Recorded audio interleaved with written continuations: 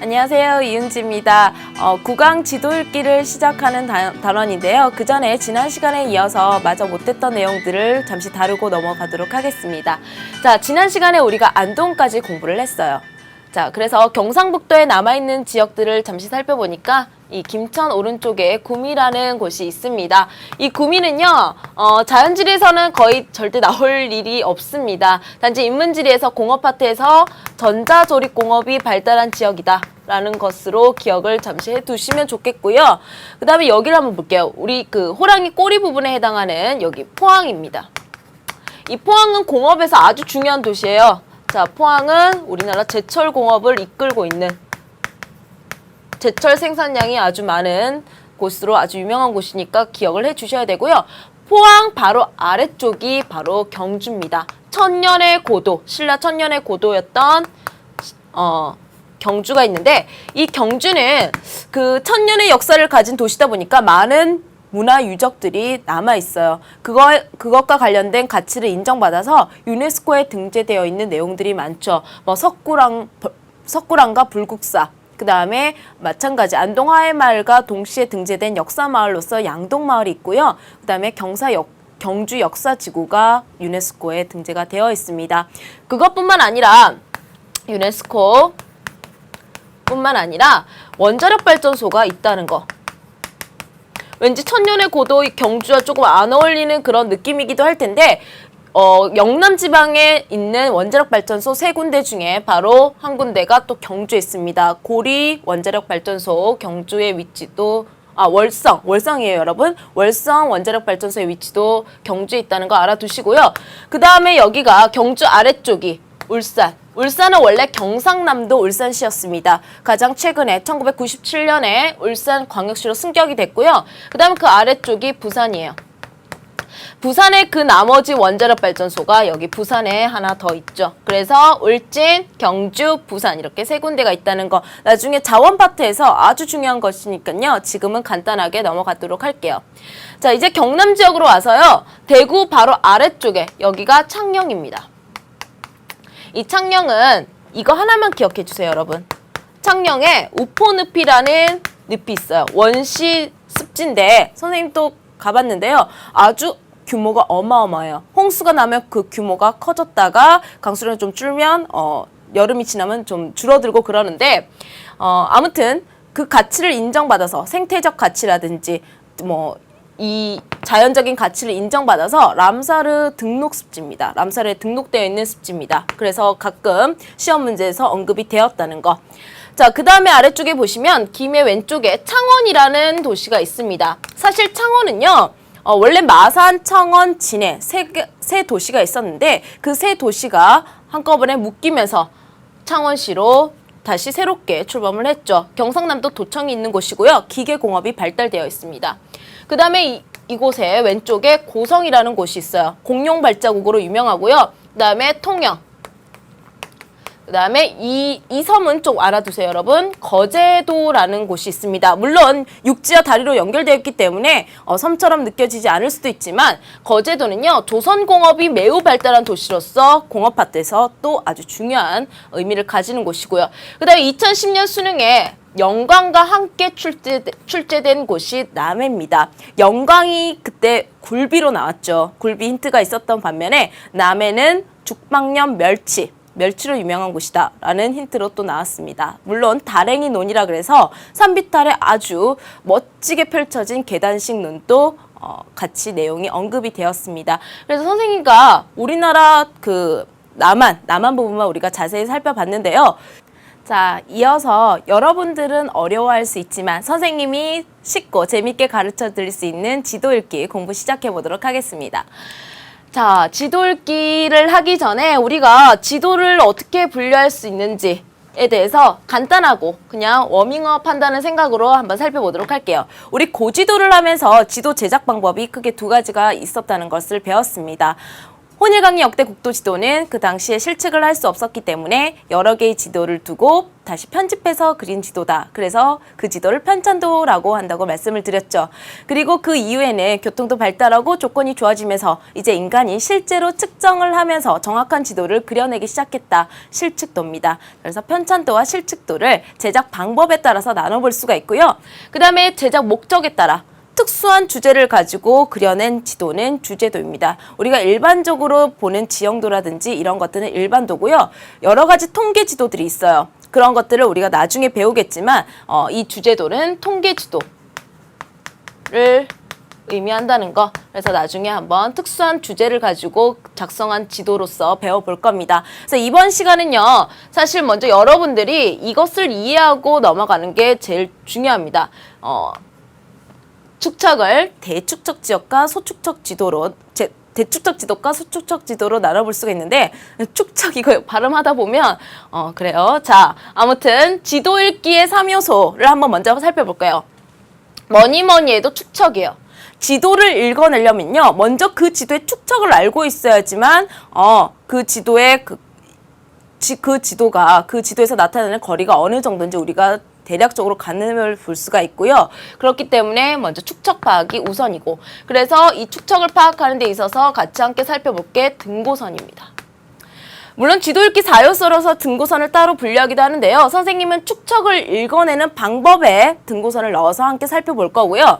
그 다음에 기호를 읽어내지 못하면 그 지도를 제대로 읽어낼 수 없습니다. 지도 속에 숨어있는, 지도가 포함하고 있는 내용을 정확하게 읽어내기 위해서는 우리가 기호를 또 꼭 해석해낼 수 있어야 되고요. 그다음 방위입니다. 방위는 매우 간단해요. 그래서 지금부터 축척, 기호, 방위를 하나하나 살펴보도록 할게요. 중학교 때 혹시 이 축척을 어떻게 배우셨나요, 여러분? 자, 지금부터 선생님이랑 다시 새롭게 시작한다고 생각을 하고 천천히 공부해 보도록 할 텐데요. 일단 줄을 축자예요. 줄이다. 척자는 길이 척자입니다. 무슨 말이에요, 여러분? 길이를 줄인 비율에 대해서 이야기를 해볼 거예요. 얼마나 줄였냐 이 말이죠. 얼마나 줄였냐. 그래서 축척은요. 상대적인 개념이에요. 누구와 비교하느냐에 따라서 선생님 키가 큰 키가 될 수도 있고요. 어떤 사람과 나보다 큰 사람과 비교했을 때 선생님이 작은 키가 될 수도 있죠. 축척도 그렇습니다. 어떠한 축척과 비교하느냐에 따라서 소축척이 될 수도 있고 대축척이 될 수도 있거든요. 어려운 말 아니니까 그냥 넘어갈게요. 축척은요. 방금 이야기했지만 길이의 비입니다. 거리의 비가 면적의 비가 아니라 거리를 줄인 비율이라는 거. 이걸 왜 선생님이 지금 강조하냐면 나중에 실제 거리를 계산한다든지 실제 면적을 물어보는 데 있어서 특히 실제 면적을 계산하는 데 있어서 축척을 면적의 비라고 이해를 하시면요. 큰일이 나요. 그렇기 때문에 축척은 길이의 비라는 거. 그래서 축척의 정의가 사실 제일 중요합니다. 이것만 사실 기억을 하셔도요. 여러분들이 실수할 리가 없어요. 축척은 뭐죠? 원래 실제 거리를 지도상에 얼마로 나타났냐는 그 비율인데 여기에 숨어있는 비밀이 있어요, 여러분. 이 실제 거리와 지도상의 거리의 단위가 당연히 분모 분자가 같아야 되겠죠. 센티미터와 센티미터가 숨어있는 겁니다. 여러분 우리 축척이라 그러면 1대 5만 이렇게 표기를 하죠. 그런데 이 1대 5만은요. 우리가 비례식이라는 표현이고요. 이것과 똑같은 게 뭔지 알아요, 여러분? 분수식으로 이렇게 표현하는 겁니다. 5만 분의 1. 자, 이게 무슨 말이냐? 여러분 노트 필기할 때도 갑자기 이게 분수가 나오면 이 노트를 어떻게 이게 잘 써야 되지? 필기하기가 조금 어렵죠. 그것을 조금 간편화시켜서 표현하는 이 비례식을 많이 쓰는데요. 결국 이 의미가 똑같다는 거예요. 1대 5만 분의 1이 같다는 거. 그리고 이 안에는 숨겨져 있는 단위가 센티미터가 있다는 거. 자, 그래서 이 5만 센티미터는요. 미터로 고치면 500미터죠. 0.5km입니다. 결국 실제 500m를 1cm로 줄인 축척이 1대 5만인 거예요. 그거를 또 다른 표현으로 이렇게 표현할 수도 있습니다. 줄임자법. 정말 딱 보기에도 자처럼 생겼어요. 1cm입니다. 그 1cm가 실제는 500m였다. 이렇게 표현할 수도 있어요. 그래서 축척을 표현하는 방법은 이렇게 세 가지가 있는데 시험 문제에서는 이렇게 나오든지 안 그러면 어떤 힌트를 주고 우리가 축척을 이렇게 파악해내는 게 문제를 해결하는 방법입니다. 그런데 선생님이 항상 먼저 이렇게 시작을 해요. 얘들아 1대 5만 하고 1대 2만 5천 하고 뭐가 숫자가 크니? 그러면 표정이 너무 당연한데 왜 저걸 묻지? 근데 뭔가 물어보는 게 뭔가 있는 것 같아. 이러면서 고민을 좀 해요. 그러다가 선생님 1대 5만이 숫자가 큰 거 아니에요? 이러면서 기죽어 들어가는 목소리로 갑자기 이야기를 합니다. 그런데 여러분 선생님이 이게 뭐라고 했죠? 같은 게 5만 분의 1이랑 같은 거고요. 이거는 2만 5천 분의 1이랑 같은 겁니다. 뭐가 더 숫자가 작은 건가요? 5만 분의 1이 숫자가 작죠. 5분의 1하고 2분의 1을 생각해 보세요. 여러분 5분의 1이 더 작은 숫자잖아요. 그죠? 자, 그래서 숫자가 더 작아요, 이게. 더 작은 거예요, 숫자가. 이게 숫자가 큰 거예요. 숫자가 크니까 이게 무슨 축척이 되는 거예요? 숫자가 크니까 대축척이고요. 숫자가 작으니까 소축척이 되는 겁니다. 여기까지 이렇게 얘기하면 아이들이 그래, 나는 저기서 벌써 질렸어. 뭐 이럴 수도 있는데 그러면 우리가 천천히 축척이 뭔지 다시 기본부터 이것을 통해서 알아보도록 할게요. 축척을 알아볼게요. 여러분들이 축척을 만들어 보세요. 지도를 작성하는 거예요. 1km짜리 다리가 있어요. 한강대교가 있는데 1km 대교가 있는데 이거를 내가 종이에다가 지도로서 작성을 할 겁니다. 근데 1km짜리 다리를 내가 1cm로 표현한 지도는요. 그 지도의 축척이 얼마가 될까요? 우리 축척의 정의를 잘 기억하라고 했죠. 자, 실제 거리분의 지도상의 거리입니다. 실제 거리가 1km예요. 그런데 여러분 이 단위를 통일시켜줘야 되죠. 센티미터분의 센티미터입니다. 그래서 조심하셔야 되는데 먼저 킬로미터를 미터로 고쳐볼게요. 1000미터죠. 그 다음에 센티미터로 고쳐야 되니까 동그라미 2개가 더 붙어야 되죠. 10만 센티미터가 바로 1km입니다. 그리고 1. 이거랑 같은 표현이 뭐죠? 1대 10만. 자, 1km를 1cm로 표현한 축척은 1대 10만이구나. 그럼 또 해볼게요. 1km를 이전 지도보다는 내가 좀 더 크게 표현을 했어요. 2cm. 10만 분의 2를 하면 약분하면 어떻게 되죠? 5만 분의 1, 즉 1대 5만 지도가 됩니다. 자, 그러면 이제 거꾸로 해볼게요, 여러분. 1대 2만 5천 지도예요. 1대 2만 5천 지도는 1km를 도대체 몇 cm로 표현했길래 1대 2만 5천 지도냐? 자, 10만 분의 뭐예요, 여러분? 4cm. 지리는 수학이 아니에요, 여러분. 지리는요, 초등학교 한 4학년 정도 수학만 제대로 했어도 충분히 이해가 되는 거예요, 여러분. 분수 그때 좀 배우는데. 자, 아무튼 10만 분의 4를 했더니 4cm로 표현하면 1대 2만 5천이구나. 자, 이거는 좀 과감하게 가볼게요. 5만 분의 1에서 5천 분의 1이 되려면 몇 배가 커져야 돼요? 20cm. 자, 그러면 여러분, 자, 볼게요. 지금 우리가 인터넷 포털 사이트로 지금 지도를 보고 있는데 잘 안 보여요. 그럼 여러분 어떻게 해요? 클릭해서 확대 그러죠. 그죠? 자, 그래서 위에서 아래로 숫자가 가면 갈수록 위에서 아래로 가면 갈수록 숫자가 어떻게 되는 거죠? 점점 숫자가 커지네? 숫자가 크니까 대축척이 됩니다. 숫자가 작으니까 어떻게 되죠? 소축척이 돼요. 그래서 이 축척의 그 정의와 말이 조금 헷갈릴 수가 있는데 그러면 한쪽만 가지고 기억을 하시면 돼요. 소축척 어떤 느낌이에요? 아주 작게 줄인 느낌이죠. 양쪽을 다 이해하려고 하지 말고 소축척 아주 작게 줄인 느낌. 소축척이에요. 소축척. 그래서 소축척은 아주 작게 줄였다. 만약에 1대 1억이에요. 더 줄인 거죠. 그러면 선생님이 아까 축척은 상대적인 개념이라고 했습니다. 왜 상대적이냐? 이 두 지도를 비교했을 때는 어디가 숫자가 커요? 이게 숫자가 커요. 그래서 이게 대축척이고 이게 소축척이 돼요. 그런데 이 1대 5만을 1대 2만 5천과 비교를 하면 뭐가 더 대축척이에요? 그렇죠. 1대 2만 5천이 대축척이고 이게 소축척이 돼요. 상대적인 개념이다라는 의미가 무슨 이야기인지 이해하시겠죠? 자, 그래서 거리의 비라는 거, 축척은 상대적이라는 거, 소축척은 많이 줄이면 줄일수록 소축척이 된다는 거. 자, 그러면 우리 실제로 일상생활에서 여러분 집에 가서 꼭 집에서 들으시면 이 강의를 듣고 반드시 복습을 이걸로 해보세요. 포털 사이트에서 지도를 한번 열어보세요. 그리고 EBS 본사가 어딘지 한번 찾아볼게요. 지금 딱 포털 사이트 첫 화면을 검색을 하면 한 이 정도의 축척으로 뜹니다. 안 보여요. 안 보여 선생님이 한 번 더 클릭합니다. 좀 어때요? 그 주변이 커졌죠. 소축척에서 좀 더 대축척으로 갔습니다. 좀 더 클릭하면 좀 더 커졌죠. 더 대축척으로 갔네요. 더 대축척으로 가서 아주 정확하고 상세하고 자세하게 보입니다. 물론 이 똑같은 크기에 표현되는 범위는 어떻게 되고 있어요, 여러분? 줄어들고 있네요. 하지만 아주 상세해요. 자, 그래서 결론적으로 처음에 봤던 지도가 소축척이에요. 지금 마지막에 봤던 지도가 소축척이에요. 많이 줄인 게 소축척이죠. EBS가 많이 줄여져 있는 게 이 왼쪽이 소축척입니다. 이제 약간 느낌이 오기 시작하죠, 여러분. 오른쪽이 대축척이에요. 그러면 세계 지도와 우리나라 전도를 비교하는 것도 마찬가지예요, 여러분. 이 지도에서, 세계 지도에서는 우리나라가 잘 보여요, 안 보여요? 안 보이죠. 아주 간략하고 아주 작게 표현이 되어 있습니다. 자, 어떤 지도가 소축척이에요? 어떤 지도에서 우리나라가 아주 작게 줄여져 있죠? 세계 지도입니다. 자, 그래서 선생님이 시옷으로 시작하는, 그래서 대표적인 소축척이 세계 지도다. 그럼 느낌이 딱 있잖아요. 아주 많이 줄였다. 하지만 우리 전 세계를 한꺼번에 담고 있다. 가장 넓은 범위를 담고 있는 지도가 세계 지도다. 하지만 이거는요, 우리나라만 담고 있습니다. 비슷한 종이 크기에서.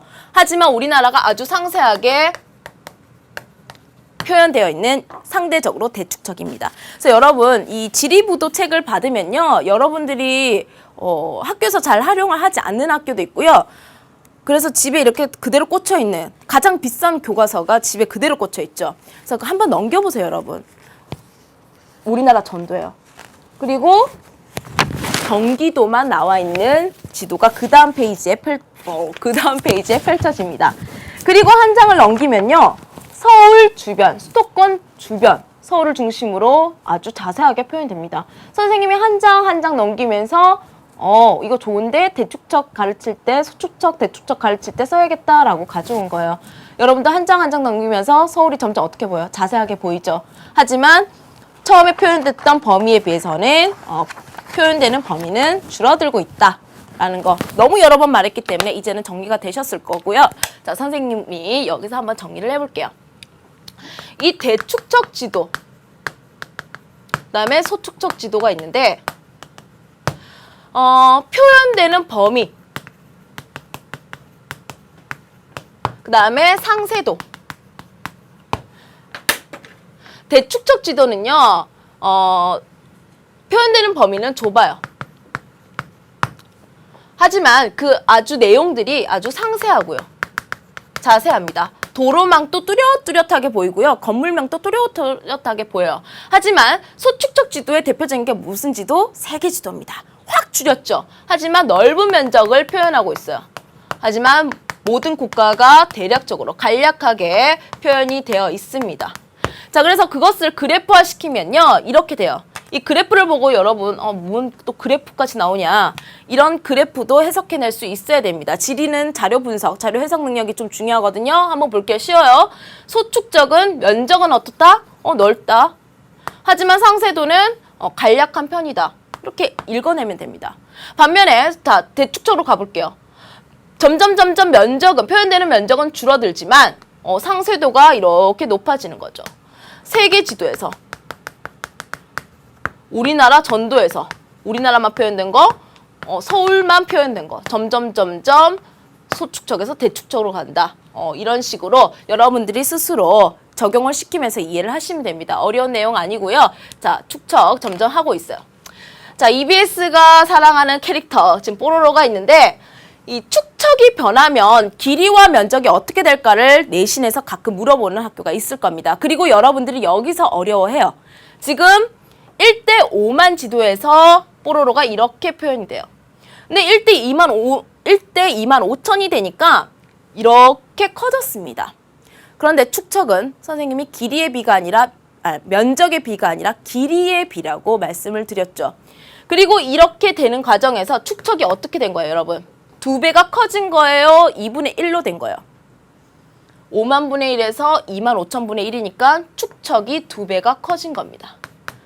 즉, 길이가 2배가 늘어나는 거죠. 그럼 뽀로로를 이렇게 늘려보세요. 가로만 늘리나요? 세로로 늘려야죠. 그죠? 이렇게 찍 옆으로 늘릴 수는 없으니까. 그러면 가로도 2배가 늘고요. 처음에 이랬던 지역이 면적이 2배가 늘고요. 세로도요. 2배가 늘어요. 그런데 가로도 2배가 되고 세로도 2배가 됐으니까 면적은 어떻게 됩니까? 2의 제곱배가 되겠죠. 그래서 길이는 축척의 배랑 같이 갑니다. 축척의 배. 축척이 2배가 되면 그냥 길이는 당연히 2배예요. 축척이 4배가 되면 길이는 그냥 자연스럽게 4배를 늘려주면 됩니다. 하지만 면적은요. 항상 그 면적은 가로와 세로를 곱해줘야 되기 때문에 제곱배씩 간다는 거. 그럼 만약에 보세요, 여러분. 자, 1대 5만에서 1대 2만 5천이 됐고 한꺼번에 가볼게요. 1대 5만에서 여기다가 적어볼까요? 1대 5천으로 한꺼번에 가볼게요, 여러분. 축척이 몇 배가 된 거예요? 10배가 된 거예요. 10배가 커졌어요. 오, 숫자가 커졌네. 커졌죠, 여러분? 자, 가로가 몇 배 커지고 그럼 10배가 커졌겠죠. 1이었던 게 10이 됐겠죠. 세로도요. 10배가 길어져야죠. 같이 늘어나야 되니까. 그럼 면적은요. 10의 제곱, 100배가 넓어지는 겁니다. 자, 그래서 이게 축척의 개념이라는 거. 자, 그러면 우리가 실제로 적용하는 거는요. 이제 문제에서 축척을 실제로 읽어낼 수가 있어야 돼요. 선생님이 아까 뭐가 있었죠? 축척을 읽어낼 수 있는 방법 혹은 축척이 표현되는 방법 중에 비례식이 있었고 분수식이 있었고 줄임자식법이 있었죠. 지금 자처럼 생긴 거 한 거 볼게요. 첫 번째 지도는요. 가는요. 1km를 1cm로 나타냈구나 라는 거 바로 읽어낼 수 있어야 됩니다. 1대 10만이에요. 나는요. 1대 5만이군요. 500m를 1cm로 나타냈으니까 다는요. 1대 2만 5천입니다. 그걸 가지고 문제를 풀어볼 건데 자, 너무 쉽습니다. 그대로 가, 나, 다로 넣어보면 되는 거예요. 아주 기본적인 문제였기 때문에 선생님이 방금 풀이를 하면서 답을 이미 다 정리를 해드렸습니다. 자, 그 다음에 이제 우리가 꼭 그리고 여러분들이 어려워하는 이 문제가 이 거리 계산이에요. 하지만 너무 쉽습니다. 지리는요. 정말 기본적인 수학만 알고 계시면 되는데 산수예요. 산수. 이거 해볼게요. 여러분. 만약에 지도상에서 6cm로 나와 있는 그 표시되어 있는 길이를 표시하고요. 선생님이 묻습니다. 지도상에 6cm로 표현된 그 실제 거리는 어떻게 되냐. 선생님이 축척의 정의를 정확히 알고 있어야 된다 했죠. 축척은 뭐였죠? 실제 거리분의 지도상의 거리. 끝났어요. 이게 식이에요, 여러분. 그대로 넣을게요. 자, 축척을 알려주고 있습니다. 1대 2만 5천. 이거랑 같은 말이 어떻다? 2만 5천분의 1이죠. 그러면 적으세요, 여러분. 축척은 2만 5천분의 1은 실제 거리를 몰라요. x. 지도상의 거리가 6이래요. 곱하세요, 여러분. x는 15만. 자, 조심하셔야죠. 지금 축척의 단위는 뭐가 생략된 거다? 센티미터입니다.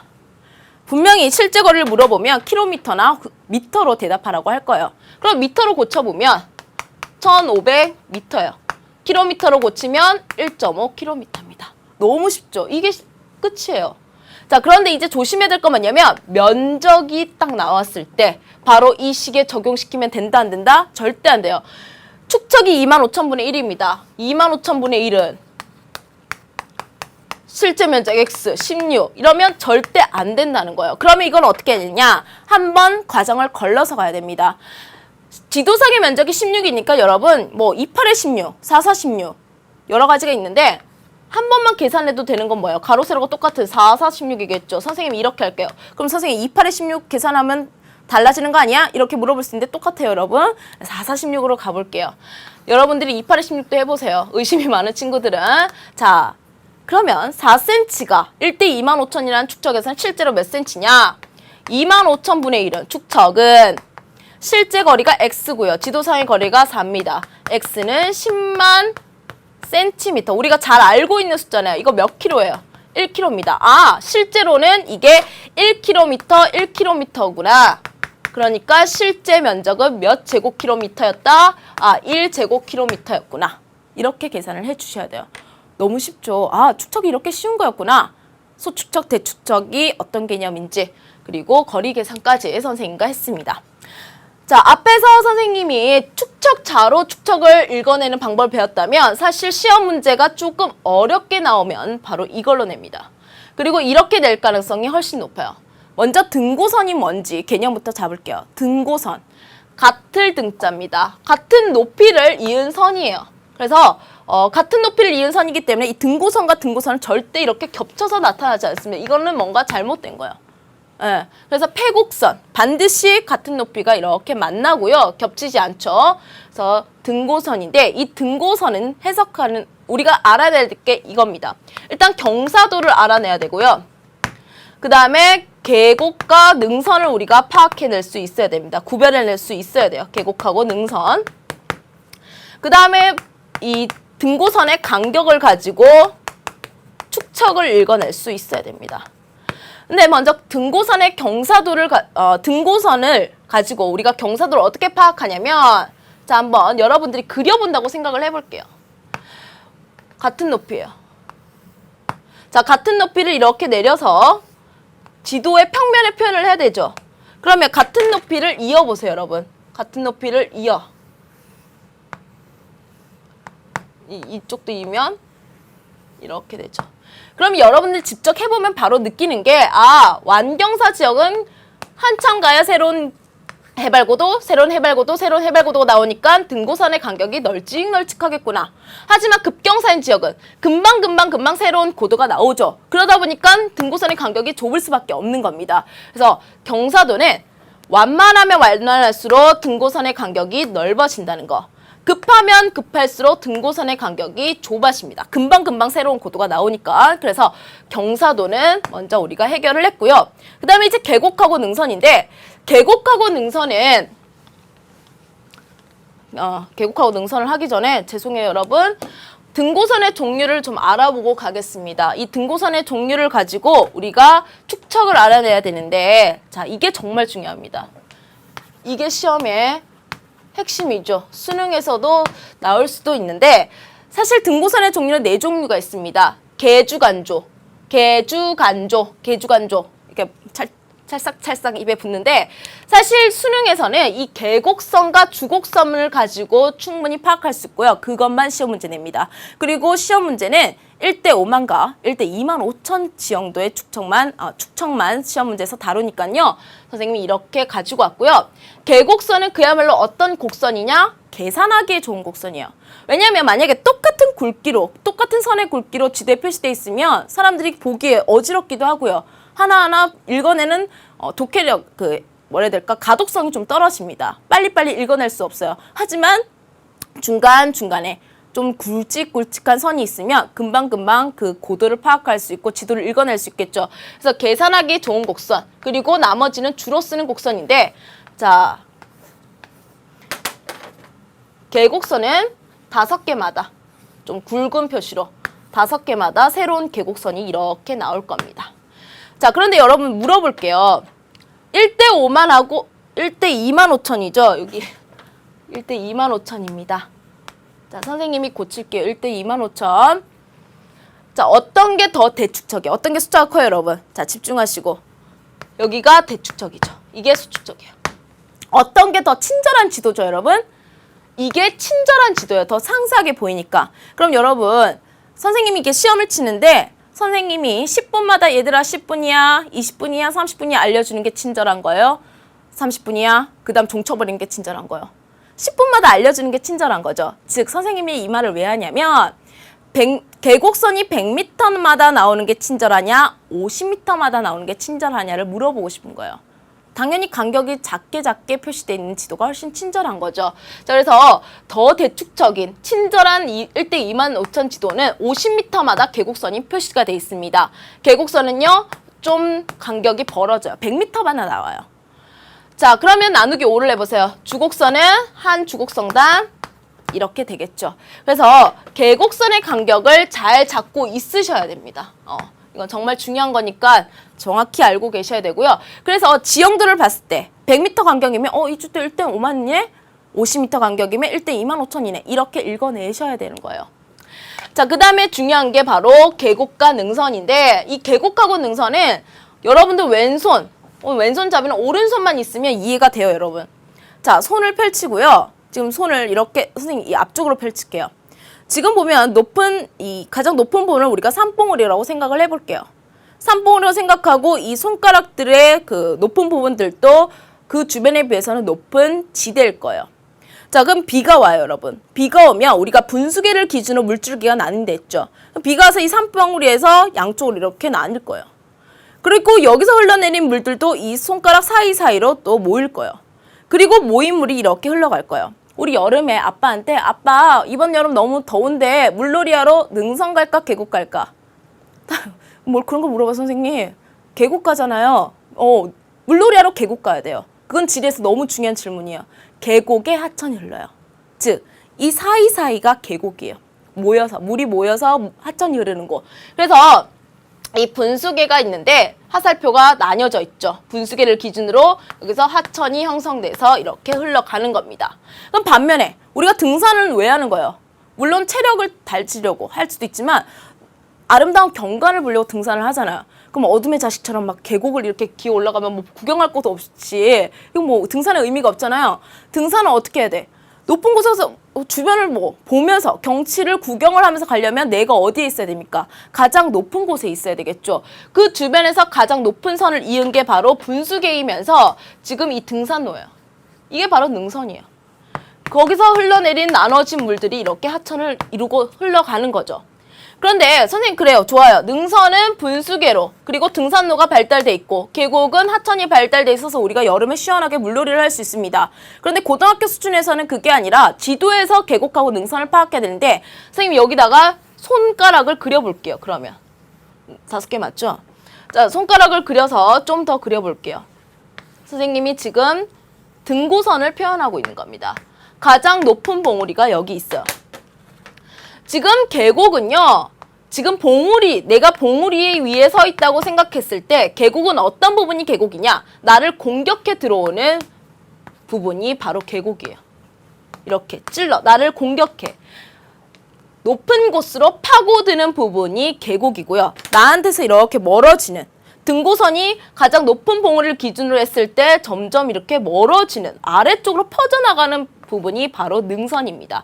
그래서 능선과 계곡은요. 여러분들이 지도에서 파악을 해 놓으셔야 되는데 그냥 바로 연습해 볼게요. 여러분이 기출문제를 통해서 바로 적용해 보도록 하겠습니다. 이 문제가 봤을 때 처음에 선배들이 이 하살표에 현혹이 된 거예요. 다 찌르네. 그죠? 하살표를 보고 문제를 풀면 큰일 나요. 다 계곡이야. 그러면 이 하살표를 없다고 생각하고 스스로 한번 생각을 해보세요, 여러분. 자, 봉우리 위에 서 있어요.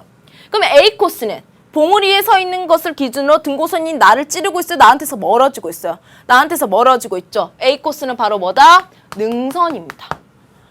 B 코스는요. 나를 점점 찌르고 있죠. 봉우리를 파고들고 있습니다. 아, B 코스는 계곡이구나. C 코스도 볼게요. C 코스도 점차 전반적으로 지금 멀어지고 있습니다. 아, 능선이구나. D 코스는요. 자, D 코스는 이렇게 생각하세요. 지금 양쪽에서 고도가 올라오고 있어요. 선생님이 손으로 보여주면 이거예요. 이렇게 돼서 이게 D 코스입니다. 가장 높은 봉우리들을 이은 곳이에요. 그러니까 주능선이라고 하는 능선 중에서도 가장 높은 능선이에요. 아무튼 능선입니다. E는요. 파고들고 있죠. 계곡이에요. 자, 그래서 우리가 계곡하고 능선을 파악할 수 있는 아주 좋은 예시를 가지고 왔고요. 그럼 여러분 축척 파악해보세요. 앞에 거 복습. 900 다음에 지금 950이 보여요. 아무리 눈을 떠봐도 1000이 보여요. 900 다음에 바로 1000이 보이죠. 아, 계곡선의 간격이 100m다. 1대 몇만 지도다. 둘 중에 하나야. 1대 5만 지도입니다.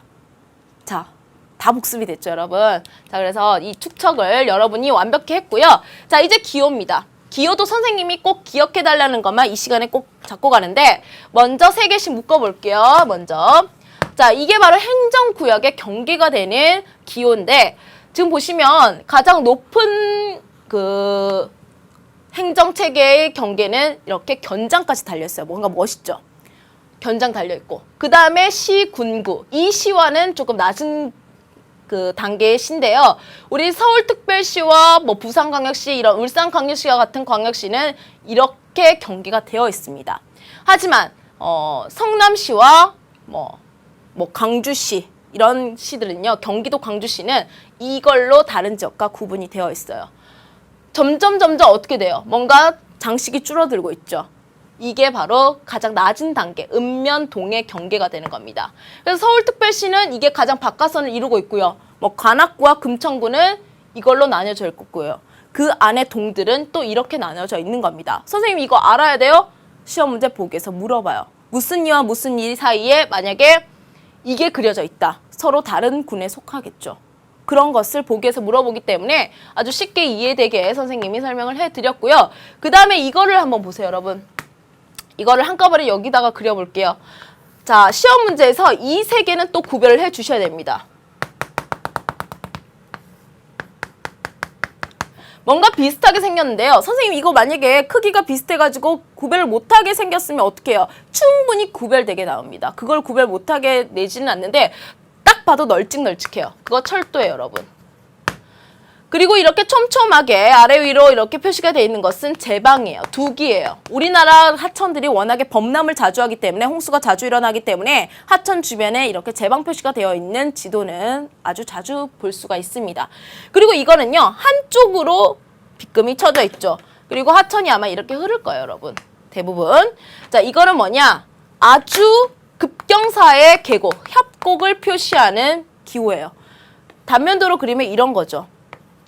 낭떠러지. 어떻게 이 등고선을 그려낼 수가 없는 거예요. 너무 경사가 급하게 올라가니까. 그래서 이러한 기호를 써서 표시한다는 거.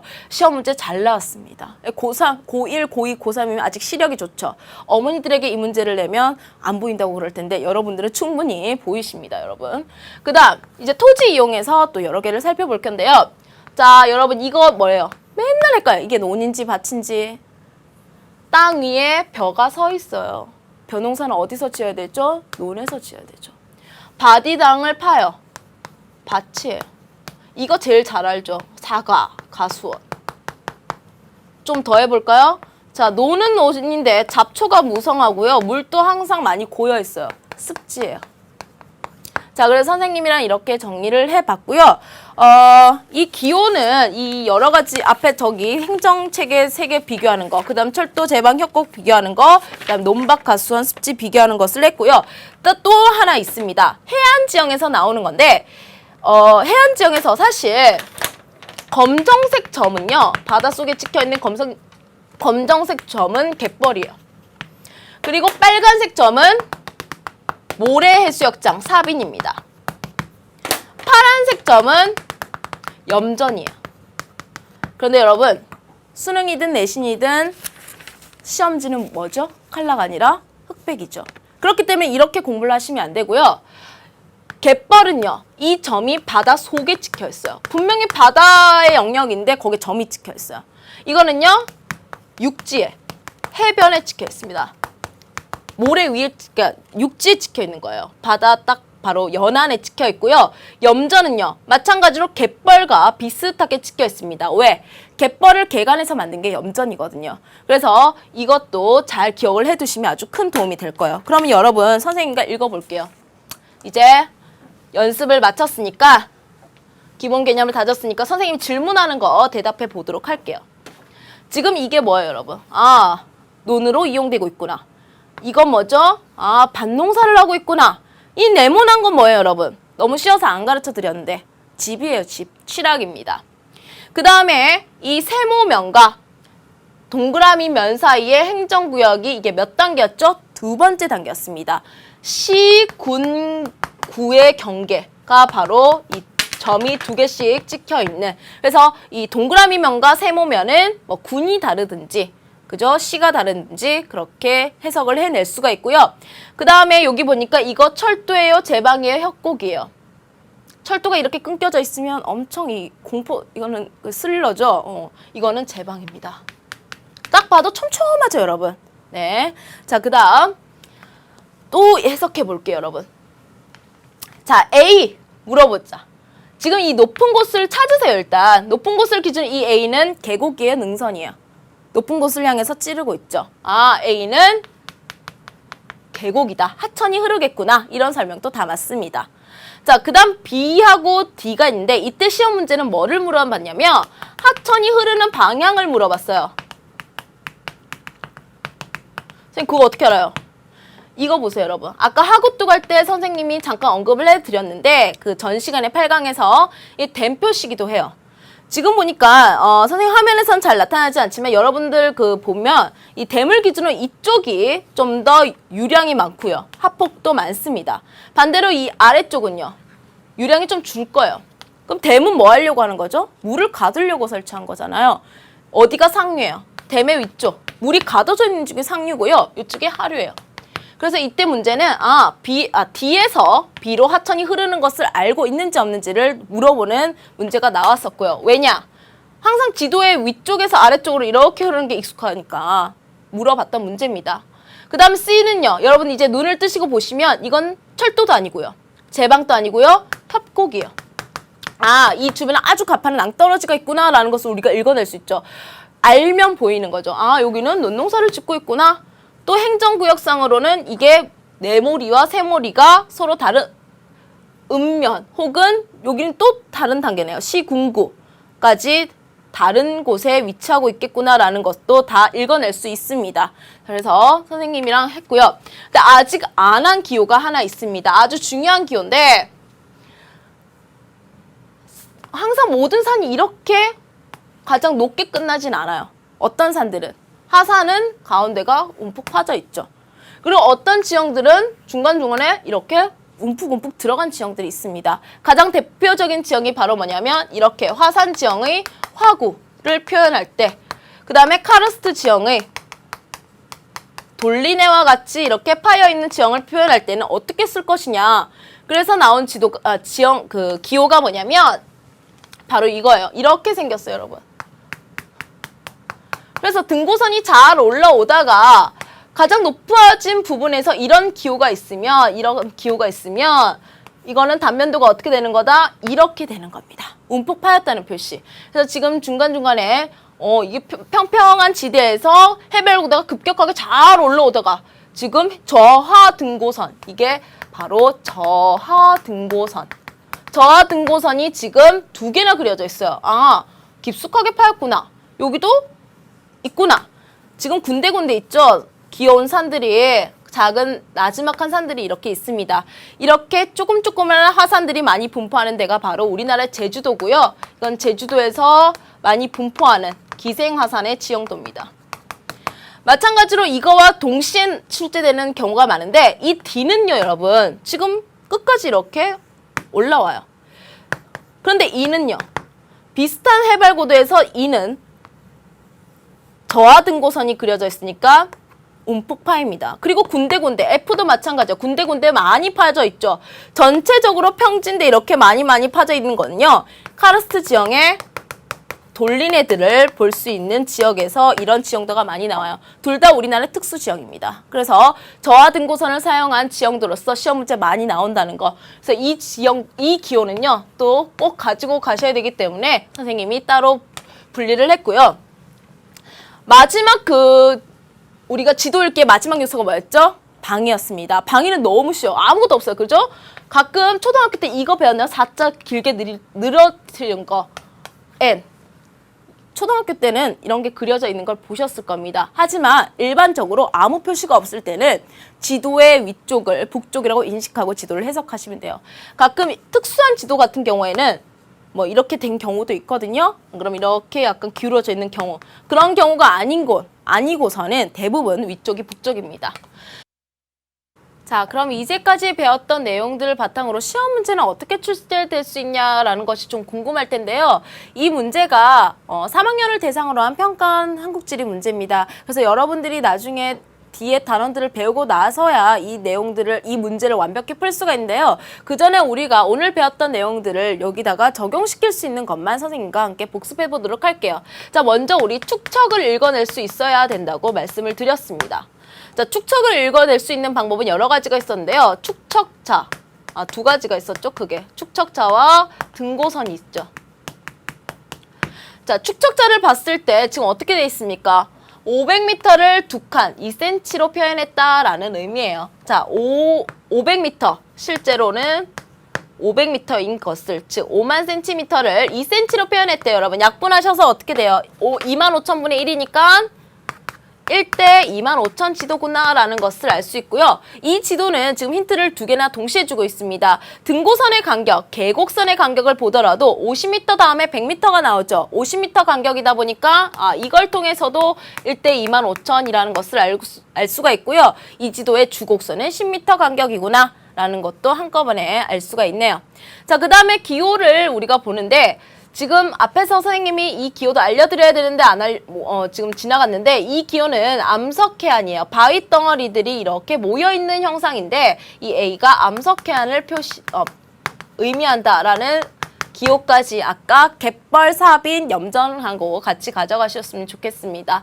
자, 암석해안이고요. 또 우리가 뭘 읽어낼 수 있을까요? C를 한번 읽어내보세요, 여러분.